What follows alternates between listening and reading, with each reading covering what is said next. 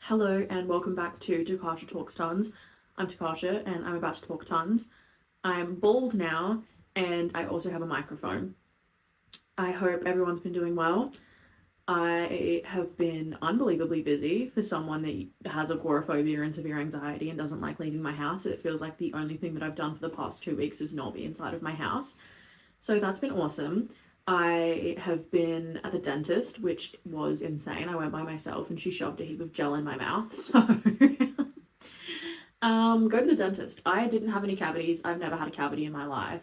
So I was pretty like that was just the one thing I was really scared about because when I first moved home, I just like kind of convinced myself for a little while that toothpaste was gonna kill me and I was like it was gonna give me a panic attack and then I was gonna like um so there was like probably about 3 weeks there where I really struggled to brush my teeth and I like that's so humiliating, but what I'm here for is to be vulnerable with you guys. So yeah, I really struggled to brush my teeth and floss and take care of myself generally. So I was nervous that I was going to have a cavity, but I don't have any cavities, and she also doesn't think that I need to take my wisdom teeth out, which I agree with. They are causing me no pain. None of them have come through. Okay, I'm 22, no wisdom teeth. Which is good because one of these ones is like growing into my mouth. So if it decides to like do that, I'll have to get it removed. And I've never had dental surgery. So that's really scary. Anyway, today I have wheelofnames.com up, and that's how we're going to be figuring out what to talk about. Because listen, I tried scripting my YouTube videos. I did 3 scripted YouTube videos and I hated them. I sounded absolutely robotic. I sounded so stupid. I just couldn't handle it. They're just sitting in the edited folder on my fucking laptop. I don't think that they're going to see the light of day because I sound so unbelievably stupid. Anyway, so the first one that came up today of something that we need to talk about, Luke Evans as Frankenfurter. With this, I'm like really impersonating Mike's Mike. So sorry, but he's like Loki an icon, and I would do anything to be compared to him and his sense of humor. Luke Evans as Frankenfurter. Wow. Okay. Absolutely phenomenal stuff. I am a Rocky Horror fan, right? Like I wouldn't say like I'm not up the level where I can really say something. I do want a Rocky Horror tattoo. Listen, feel free to copy this. Feel free to tell me if someone already has it. I wanted this tattoo since I was 13 and my mom told me that it was a bad tacky idea and to not get it.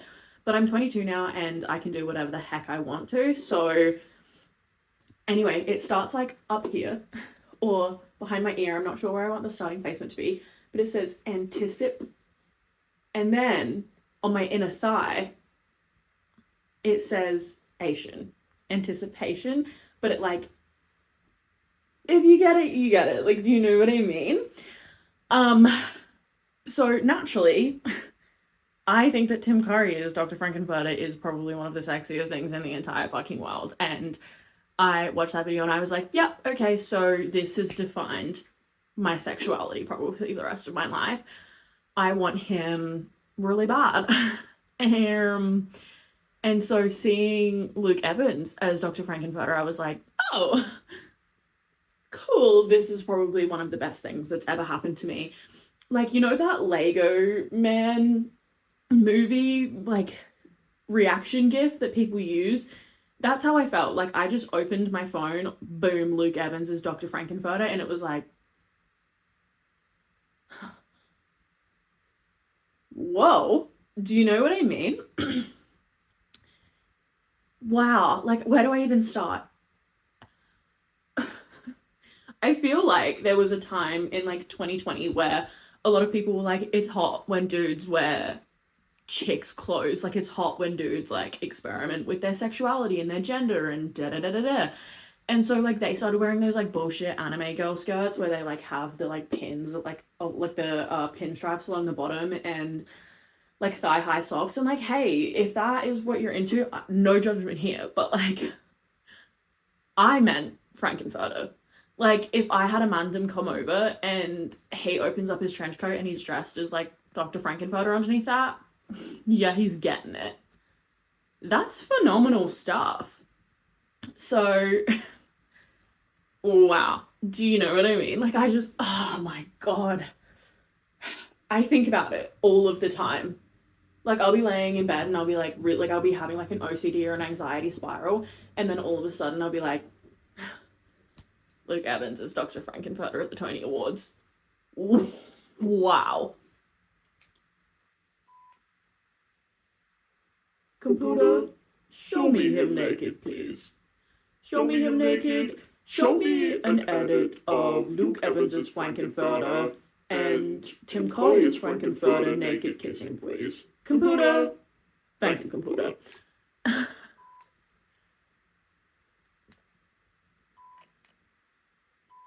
It was. I have to tap through 4 times, or it just keeps cycling through different stupid fucking voices. So, yeah, this is my $15 microphone from Big W. Big wobs, up the wobs. If the audio quality is absolutely terrible, sorry. When I'm editing the video, I'll see. And if it's that bad, then I will just not use this microphone anymore and I will have to cough up $150 for a microphone that connects to my phone, because I do film on my phone. I could film on a camera, but I'm not very smart and I don't particularly want to do that. So I have this one. It's like, it's sold as a karaoke mic. I think it's fantastic. I was driving the other day, I was singing my songs, I had this. It was fantastic. It was like really because like once upon a time I used to like use my vape as a microphone when I was singing in the car. So it was so nice to be able to have something that was a microphone instead of pretending that my vape was a microphone and that I was singing into the world's smallest mic. Anyway, so I just did I spun the wheel again, and the next conversation we have is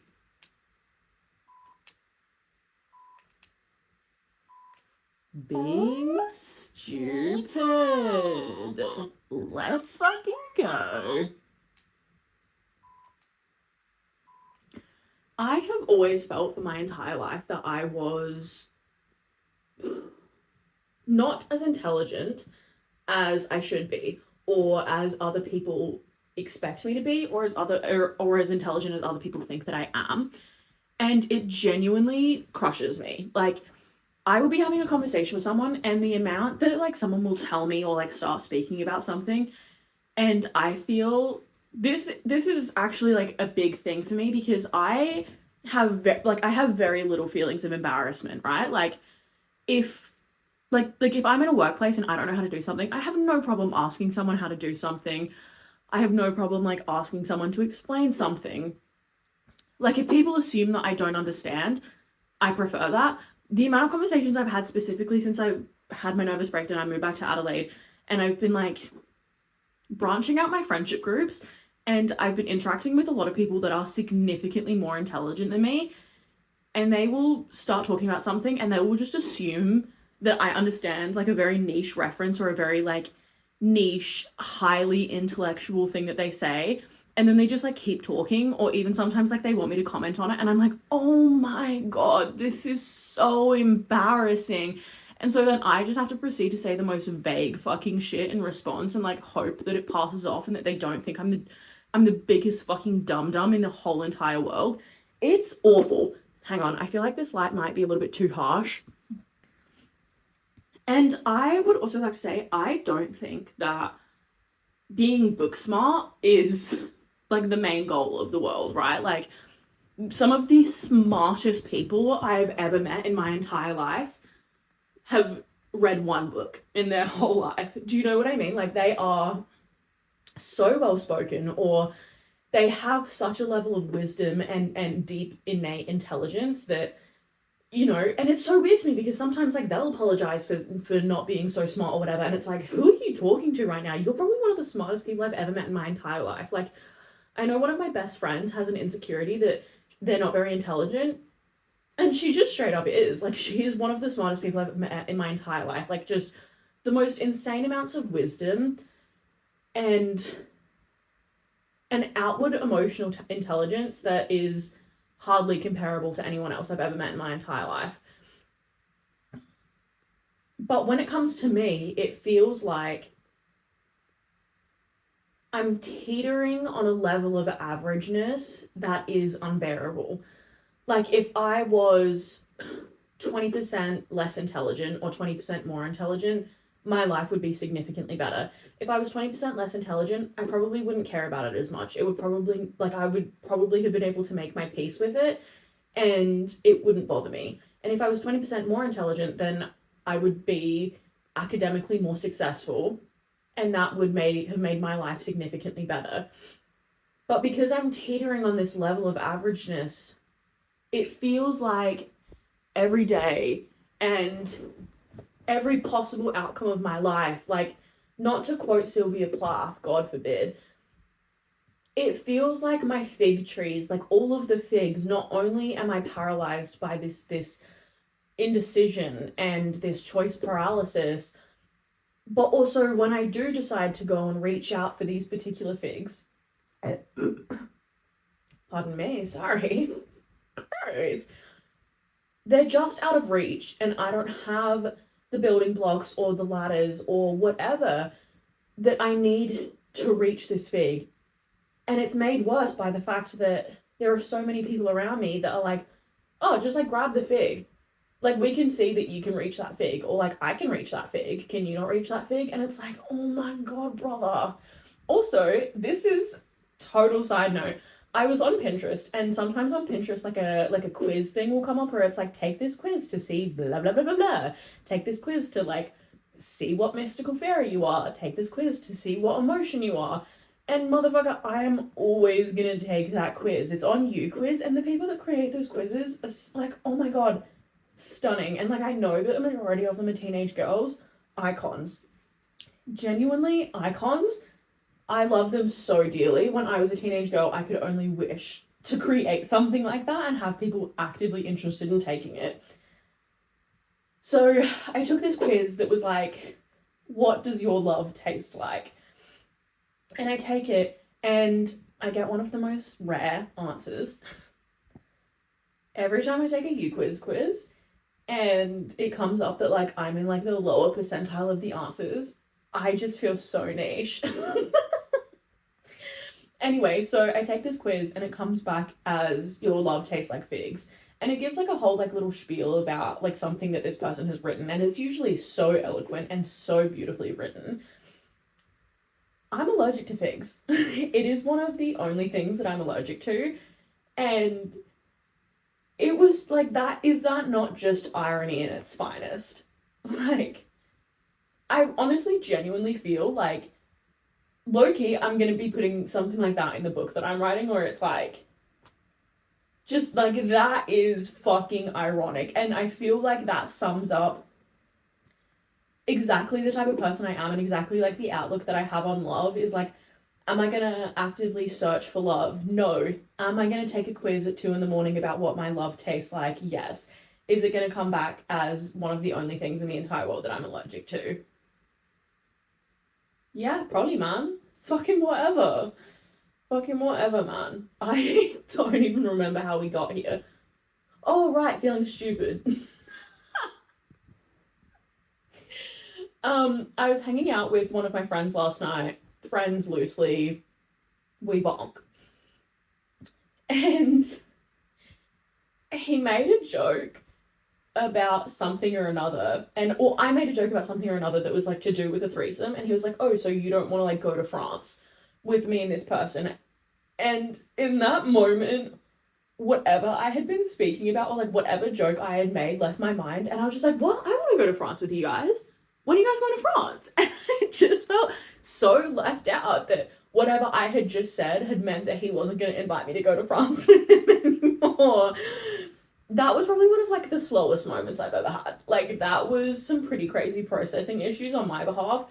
As someone who has always been fairly described as like particularly witty, the fact that I wasn't able to like catch that wit and it was something that I started, like it was a joke I started. What the hell, man? That was crazy. Anyway, let's spin again because I feel like I've exhausted the stupidity thing. There's so much more I could say, but I feel like it gets to a point where I'm just repeating myself. Actually, on the next one is something I really want to talk about, but let me quickly say this.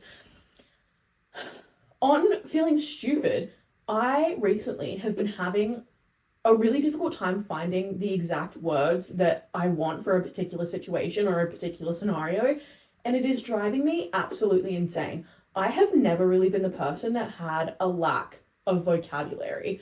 I have pretty much always been like, oh, do you like the person that's like, oh, do you mean this word? Do you mean that word? Like, whatever, whatever.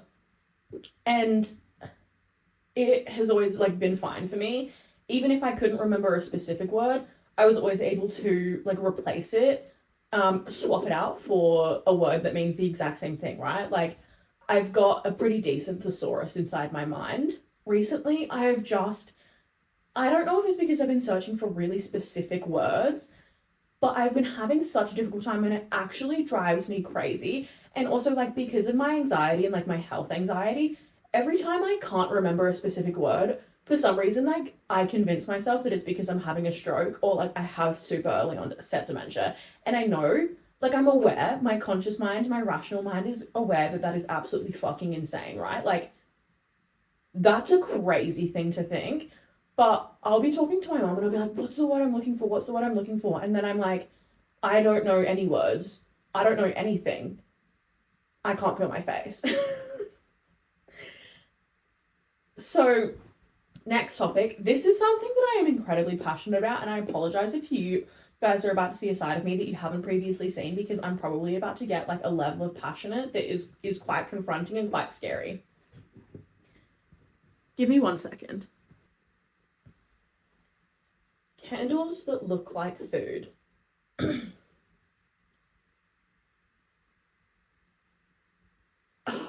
I hate candles that look like food with such a genuine fervor. Like, get the fuck out of my goddamn fucking face. Do you know what I'm saying? Like, do not come into my house with a gift that is a candle that looks like food, more specifically savory foods.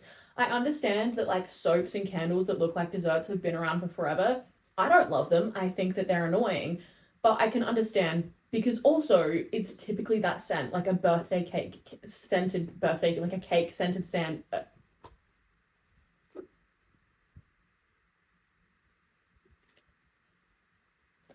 A cake scented candle that's shaped like a cake. Fair enough. Fair enough. Like I get it.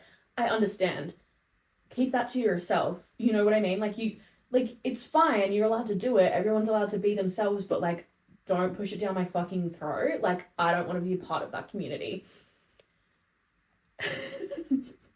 So I get it, right? Like love that for you. Keep it to yourself. But I understand. Like a donut and then it's like a donut shaped candle or donut shaped soap. What the fuck ever. But get off of my goddamn phone with your candles or your wax melts that look like bangers and mash or like schnitzel and chips or like salad or like curry.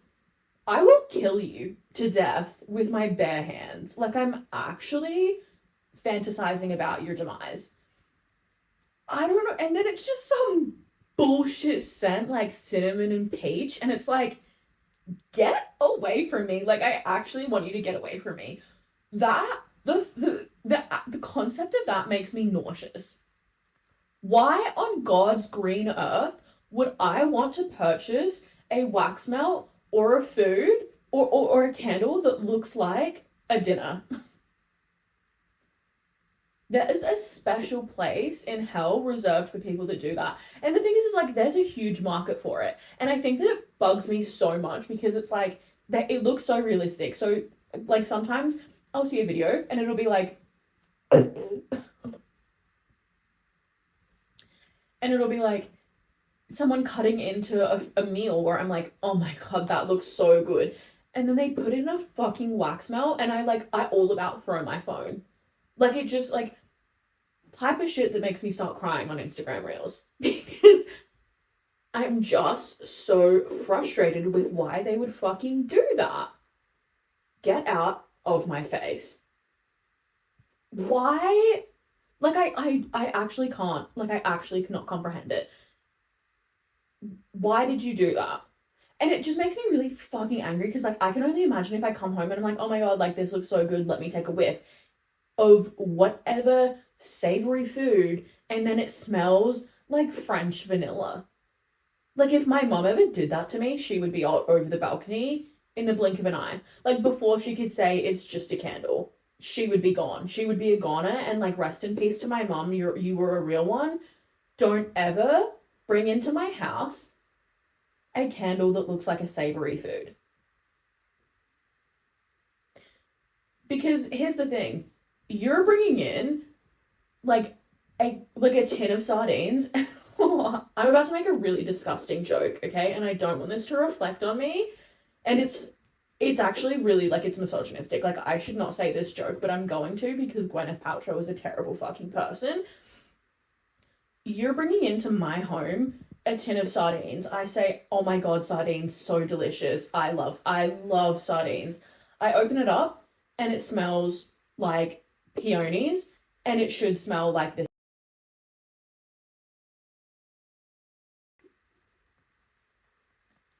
That's so foul. Like, that's actually so wrong.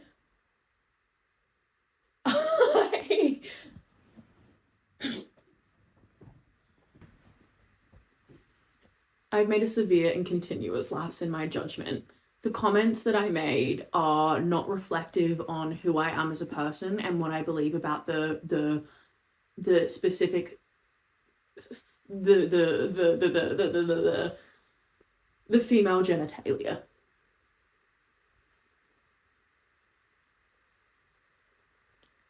I can only hope that you guys forgive me, and I want you to know that in this hard time I have turned towards God. I've been praying, and he told me that it was literally fine to say that. So sorry about it. No, that was actually really disgusting, and I'm sorry. I won't probably be editing it out because there's a potential that it's funny, but it's wrong. Next, I want to talk about TikTok edits.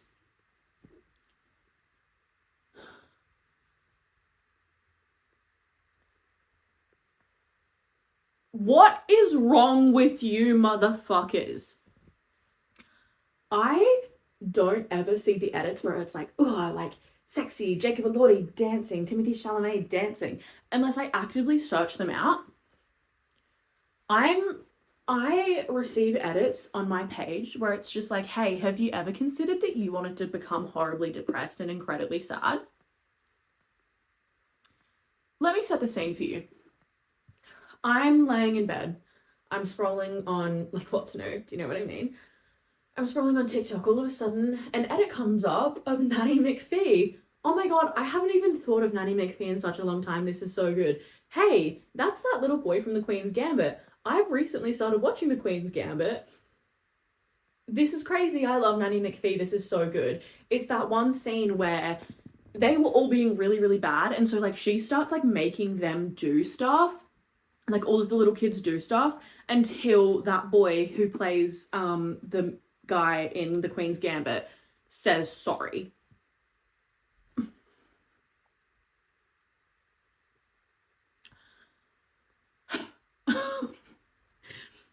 He is really hesitant to say sorry because he's a nasty, nasty boy. But if he doesn't say sorry, their little sister is going to be, like, thrown in the air or something because she's, like, one of, like, the little sisters, like, has the baby in her arms and she's, like, walking to go do something. Now that I think about it, it's like, Nanny McPhee, what the fuck, man?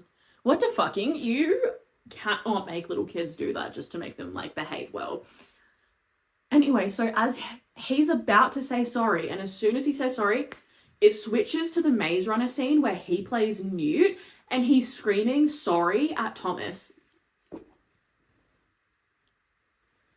I am a YA dystopian novel lover. Like, until I die, I have read the Hunger Games trilogy probably over 10 times.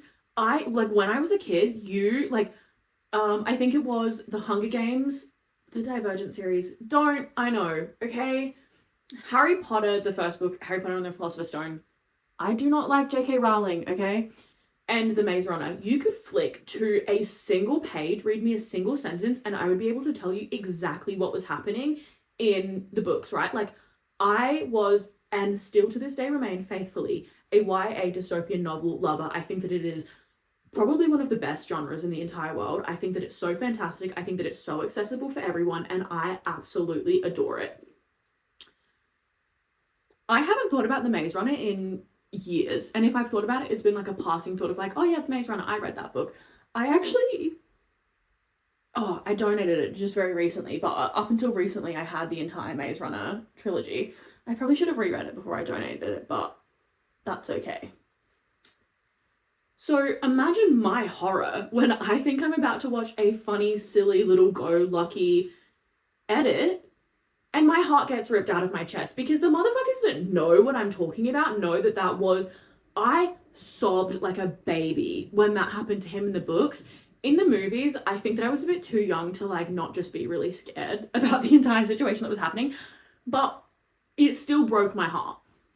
So when that happened and he's like apologizing, he's like, I'm sorry, like you have to leave, I'm sorry, I'm so sorry. I literally started crying. I was like, imagine this is my phone. It happens.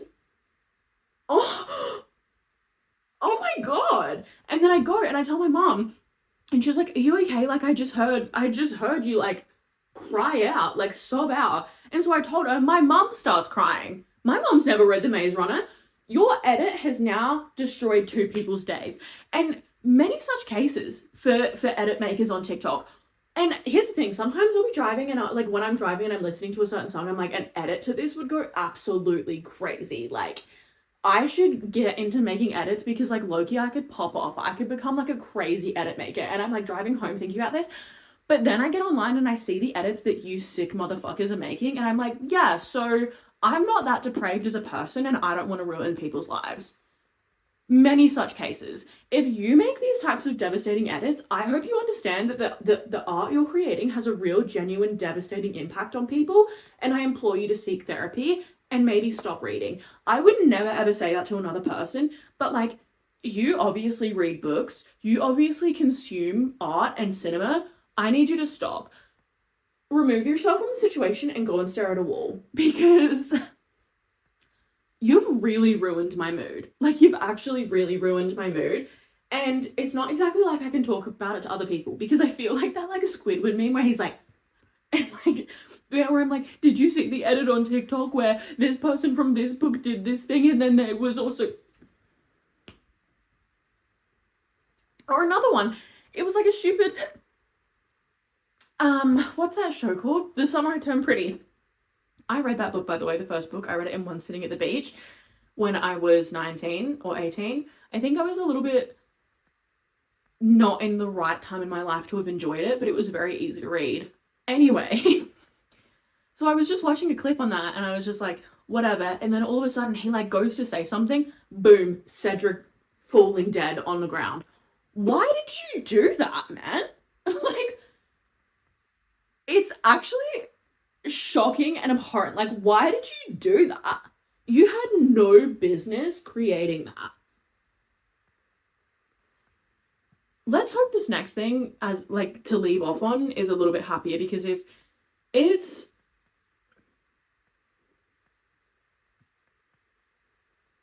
Okay, yeah, the last thing that we're going to talk about today is forgiving myself.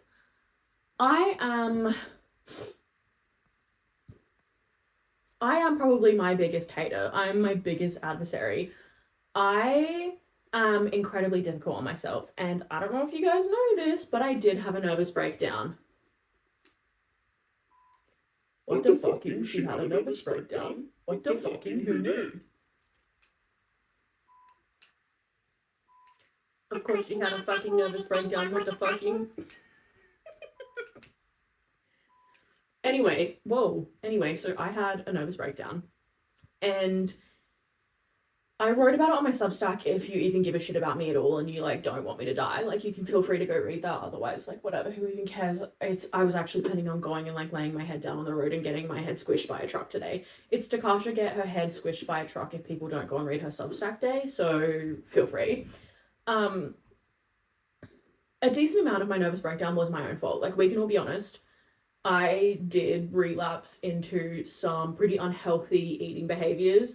I wasn't sleeping. I wasn't taking care of myself at all. I was super, super stressed out. Like, I didn't have any money. Like, shit was hitting the fan, right? And I was, for the past year, so unbelievably angry at myself for so many different things. I think that it all just came to a head with all of the different lives. Once again, the fig tree analogy. Sorry, I know. Ugh. All of the different lives that I could have had if I just made any different decisions, and I just kept making all of the wrong decisions. And like, were they wrong? No. I had some of the best times of my entire life, you know, like I met fantastic people. I did things that are so unbelievably exciting. But I was so angry at letting myself take advantage of these things and think that my entire life could just be, you know, like like blood thinks it's all fun and games. Like, do you know what I mean? That was me. Like, I thought life was all fun and games. I thought that I was invincible.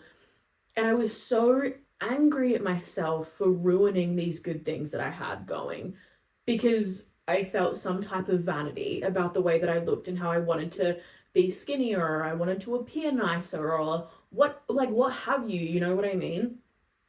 And I was so angry at myself, and I was so angry at myself for making it my mum's problem, and I was so angry at myself for being a burden on my friends. All of these things that were just so continuously devastating. I was just so mad at myself. And I think that there's a really important difference between being mad at yourself and taking accountability. And I think that I'm finding that line now as I'm getting older. I'm understanding that being mad at yourself and taking accountability for your own personal failings are completely different things. And it's good to take accountability for yourself, and it's good to acknowledge that what you did was inappropriate, I guess, or unhelpful to your situation, and then proceed to make change. But when you just continuously live inside of this cycle of anger and self-hatred and you know, like having a sort of desire for your own personal demise, changes nothing, and you cannot grow from it. Like, you just straight up can't grow. Because when you're stuck inside of this cycle of anger, you're focused so much on all of the things that you did wrong that you have no mental capacity to focus on the things that you could then potentially change if that situation was to happen again, or if you were to find yourself in a similar situation. And I think that that's really important. Like, on top of that, I have always felt incredibly guilty about every single thing I have possibly done wrong, or in any type of way that like I've slighted someone. Like, I feel and have felt so guilty for it. There have been moments in my life where I've had like a brief, like a reprieve from those crushing feelings of guilt, because I've gone like, people make mistakes. And I truly do believe that. Like, I harbor little to no anger towards people, because like, being a human being is really, really confusing. Like, it's super confusing. If someone does me wrong, it's like, would I have done that? No. And this is very much not it's my first time living, or it's their first time living too. Okay, it's literally like, shut the fuck up. Like, that shit is so dumb and it annoys me so bad. However, I think that the sentiment behind it can be correct, and it can be something that we could talk about. Being a human being is really confusing, right? None of us really know at all what we're doing. Like, we do not have a clue in the slightest. And for me personally, people that have done me wrong, would I have done that? No. But I can understand the situations and the scenarios that have impacted their life the most have taught them the way that they're behaving gets them something, or that people deserve to be attacked for feeling wronged, or so on and so forth. However, if someone wrongs someone that I love, cool, I'm gonna hate you until I die. I don't care if my best friend forgave you. I don't care if my mum still wants to be your friend.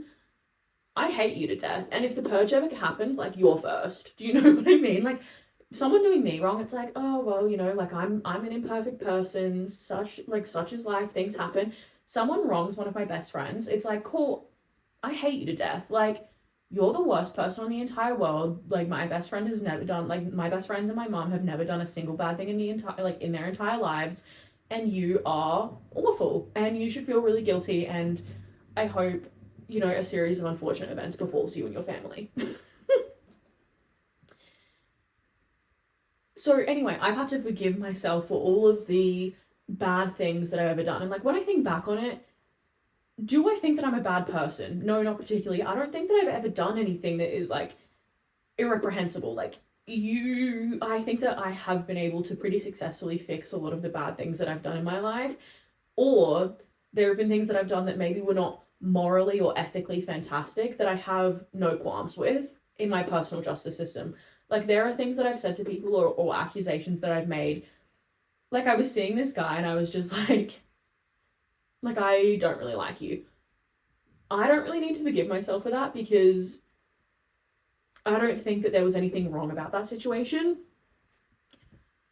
Sometimes I used to make jokes about the way that my mum looked when I was like less like single digits, and I will like cry myself to sleep about how devastating that would have been for her.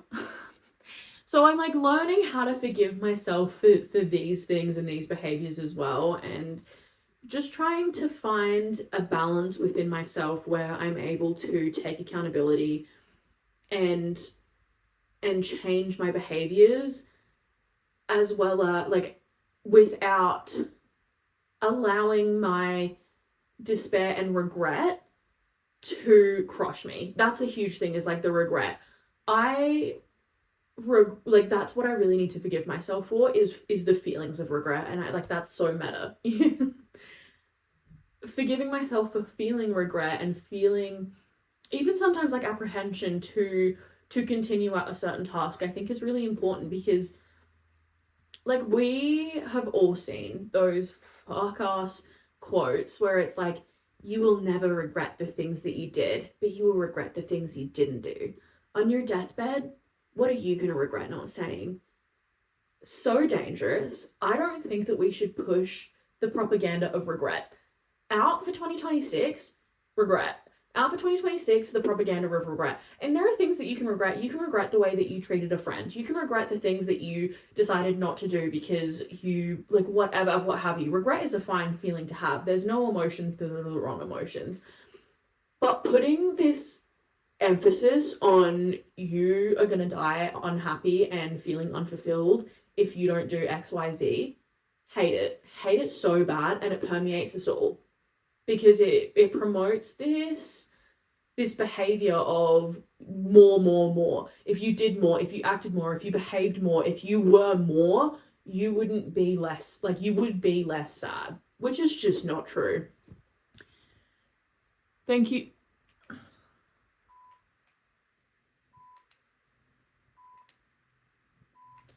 Thank you for coming to Takasha Talks Tons. I'm Takasha and I just talk tons. I want you to like and subscribe, and if you don't, you don't want to find out, princess. Oh, okay, goodbye.